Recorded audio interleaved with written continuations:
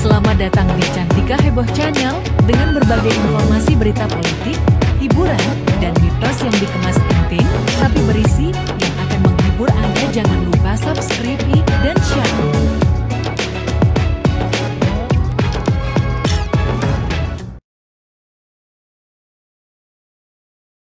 Hantu ada di sekeliling kita, di kantor, pabrik, bahkan di rumah tempat tinggal. Terlebih bila rumah kita berada dekat dengan pemakaman kuno. Karena sanak saudara yang telah meninggal atau orang lain yang dikuburkan.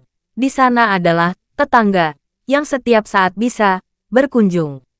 Di Tiongkok bahkan ada istilah slang untuk menyebut kuburan yang berarti klub malam karena hantu menjadi sangat aktif di malam hari. Rumah tempat tinggal juga akan menjadi tempat yang nyaman bagi para hantu bila di rumah tersebut pernah terjadi pembunuhan. Arwah korban akan menjadi sangat traumatik hingga tidak bisa lepas dari medan magnetik bumi dan tempat pembunuhan tersebut. Bila rumah tersebut dulu dimiliki oleh orang lain dan telah meninggal, si pemilik lama ini pun bisa saja kembali karena saking cintanya dengan bekas rumahnya. Rumah yang berada di lokasi yang bersifat yin juga berpotensi untuk dihuni para hantu. Lokasi tersebut biasanya mengandung udara lembab, dingin, dan gelap, seperti pinggiran sungai atau lembah lenah pegunungan. Lokasi lain seperti rumah sakit, medan perang, candi-candi kuno, rumah tua, gedung bioskop, lapangan untuk eksekusi mati, atau wilayah yang pernah terkena bencana alam, juga sangat ideal ditempati hantu. Bahkan tempat-tempat ibadah seperti kelenteng, kuil, gereja, atau masjid, asal pernah menelan korban jiwa, apapun penyebabnya, bisa menjadi favorit para hantu. Di lokasi-lokasi yang biasa disebut penjagalan gaib tersebut, selain akan diganggu langsung oleh penampakan para hantu, penghuni juga bisa mendapat gangguan lain. Gangguan tidak langsung, ini biasanya berupa perasaan selalu tidak tenteram, sering sakit-sakitan, hilang rejeki, ketidakharmonisan rumah tangga, hingga kehancuran berbagai usaha yang dilakukan. Selain karena lokasinya, hantu bisa menetap di tempat tinggal kita, di dalam rumah atau pekarangan, bila kita salah menata rumah tersebut. Baik tata eksterior maupun interiornya, hantu-hantu yang ada di dalam maupun di luar rumah tersebut terdiri berbagai macam. Sesuai dengan spesialisasi, gangguan yang didatangkannya, sama seperti di lokasi penjagalan gaib, dengan tata eksterior maupun interior yang salah. Penghuni rumah juga akan mendapat gangguan langsung atau tidak langsung dari para hantu. Untuk tata eksterior, tata letak di luar rumah, umumnya berkaitan dengan pohon atau tanaman di halaman. Beberapa jenis tanaman memang mempunyai kemampuan untuk memikat hantu. Ini tidak lepas dari kekuatan aura yang keluar dari pohon atau tanaman tersebut. Tanaman-tanaman tersebut antara lain pohon gayam, belimbing wuluh, pandanri, beringin, pisang pegat, jati emas, sawo besar, sawo kecik, randu, nangka. Bila ditanam di halaman depan, kemampuan tanaman-tanaman ini dalam memikat hantu akan muncul. Lain halnya bila ditanam di samping atau di pekarangan belakang. Maka tak mengherankan, bila seseorang yang memiliki salah satu dari pohon tersebut di halaman depan rumahnya, bisa didatangi sebuah penampakan. Hantu yang menetap di pohon-pohon tersebut ada berbagai macam, sesuai dengan spesialisasi, gangguan yang didatangkan dan jenis pohonnya. Selain menampakkan wujudnya, gangguan yang dilakukan biasanya berhubungan dengan nasib buruk si penghuni rumah. Contohnya pisang pegat dan jati mas. Kedua tanaman ini bisa mendatangkan hantu perselingkuhan. Salah satu atau kedua orang dari pasangan tersebut akan berselingkuh, yang berujung pada perceraian. Tapi jangan lantas menebangnya. Karena tindakan itu hanya akan membuat hantu-hantu penunggu menjadi marah dan lebih ganas lagi melakukan teror. Solusi terbaiknya selain selamatan dan doa-doa oleh spiritualis, adalah tanaman pengusir nyamuk. Tanaman semacam lavender atau zodia ini, ditanam di bawah atau di dekat pohon-pohon pemikat hantu tadi. Tanaman yang diambil dari kuburan, kemudian ditanam di areal tempat tinggal, juga tidak baik. Ini sama saja dengan membawa hantu ke rumah. Tata eksterior lain yang cenderung gampang memikat hantu adalah sumur. Sumur dimaksud adalah sumur di depan rumah dan sumur yang ditutup atau ditimbun. Termasuk yang hanya ditutup dengan papan dan sejenisnya. Sumur-sumur yang ada di depan rumah, tertutup atau mati seperti ini, selain menutup datangnya rejeki, juga bisa mengundang hantu miskin dan roh-roh penyakit. Pemilik rumah yang memiliki sumur ditutup seperti itu, biasanya selalu sakit-sakitan, sementara rejeki seret datangnya. Bila dibiarkan tanpa ada jalan keluar, tentu akan jatuh miskin, meski sebelumnya dia adalah seorang yang kaya raya. Maka, sumur sebaiknya jangan sampai ditutup atau ditimbun. Bila memang ingin mematikan sumur, sebaiknya segera dibuatkan gantinya, di samping atau di belakang rumah, yang disertai selamatan dengan sesaji jajan pasar lengkap dan dawet. Dawet ini harus ada, tak boleh lupa. Untuk tata interior, agar hantu tidak datang ke rumah, yang pertama harus diperhatikan adalah pintu masuk utama. Pintu ini, ukurannya harus proporsional, tidak terlalu besar dan terlalu kecil. Terlalu lebar tidak baik karena akan memudahkan roh-roh masuk dan menetap di dalam rumah.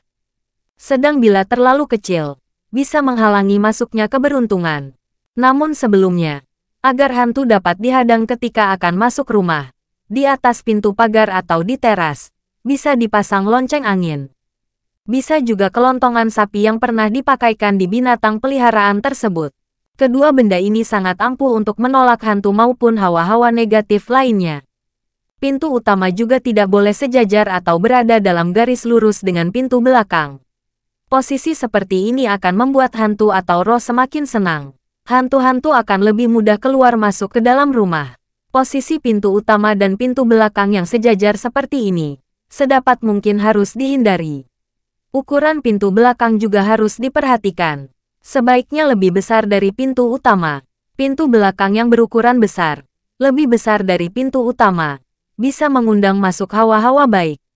Dengan banyaknya hawa baik yang ada di dalam rumah, maka bisa mengusir dan memusnahkan roh-roh jahat.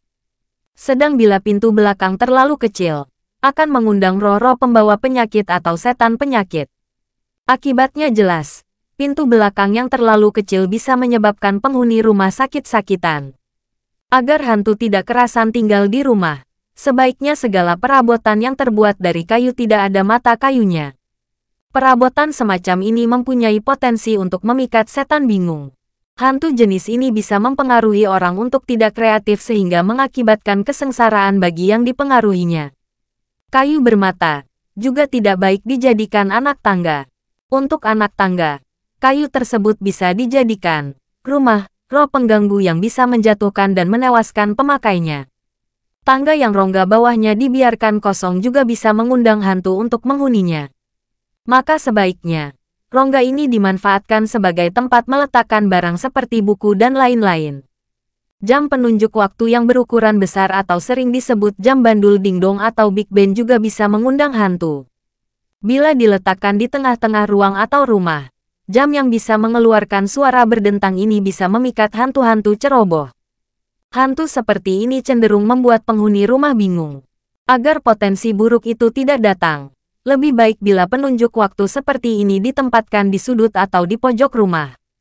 Kamar mandi juga bisa mendatangkan hantu bila letaknya menghadap keluar atau ke arah pintu masuk. Dengan posisi seperti ini, hantu yang diundang adalah hantu-hantu pembawa zina. Bila hantu semacam ini sampai menetap di dalam rumah, bisa dipastikan penghuninya akan terlibat perselingkuhan yang tentunya akan mengganggu keharmonisan rumah tangga mereka. Plafon atau langit-langit rumah juga harus diperhatikan, terutama kebersihannya. Jangan sampai ada kayu atau bekas-bekas material rumah lain berserakan di atasnya. Plafon yang tidak bersih akan menjadi tempat yang nyaman bagi hantu pembawa penyakit. Imbasnya, penghuni rumah akan terjangkit penyakit bisulan, radang paru-paru, dan lain-lain. Hantu atau setan juga sangat suka berada di ruangan atau kamar tidur yang dindingnya terdapat tonjolan. Sisi yang tidak beraturan ini akan menjadi tempat persembunyian yang aman bagi para hantu. Karena pada dasarnya, hantu menyukai tempat-tempat yang gelap, berceruk, dan kayu yang kurang baik. Maka yang paling baik adalah bila ruangan atau kamar tersebut berbentuk persegi 4. Namun bila kamar atau ruangan tersebut sudah terlanjur memiliki sisi tidak rata, lampu kecil yang selalu menyala dapat menjadi solusinya. Lampu kecil ini sebenarnya juga bisa untuk penerangan. Karena rumah yang terlalu gelap memang menjadi daya tarik setan untuk menghuninya. Karena rumah yang terlalu sempit atau kekurangan tempat, ada sebagian orang yang menempatkan tandon air, ember atau tempayan di ruang tamu. Padahal penempatan seperti itu tidak baik, sama saja dengan mengundang setan. Terutama hantu-hantu air pembawa penyakit. Bila ini dibiarkan, kasus seperti pada plafon yang tidak bersih atau pintu belakang yang terlalu kecil akan terjadi. Sebuah rumah akan menjadi tempat yang nyaman bagi hantu juga karena penghuninya menyimpan barang-barang kuno atau benda antik seperti guci, tempat tidur, meja, kursi, benda pusaka, dan lain-lain. Benda-benda ini bisa menjadi sarana terjadinya transfer energi. Biasanya energi-energi jahat, berhawa panas. Benda sejenis, seperti pedang yang diletakkan di ruang tamu, juga membawa pengaruh yang sama. Bahkan bisa mengikis habis rejeki penghuni rumah. Sedang bila ada pohon kaktus di dalam rumah, maka sama saja dengan mengundang setan kerdil. Setan-setan kecil yang sok usil ini siap mengganggu kenyamanan keluarga. Jadi bagaimana menurut Anda? Selamat datang di Cantika Heboh Channel dengan berbagai informasi berita politik, hiburan, dan mitos yang dikemas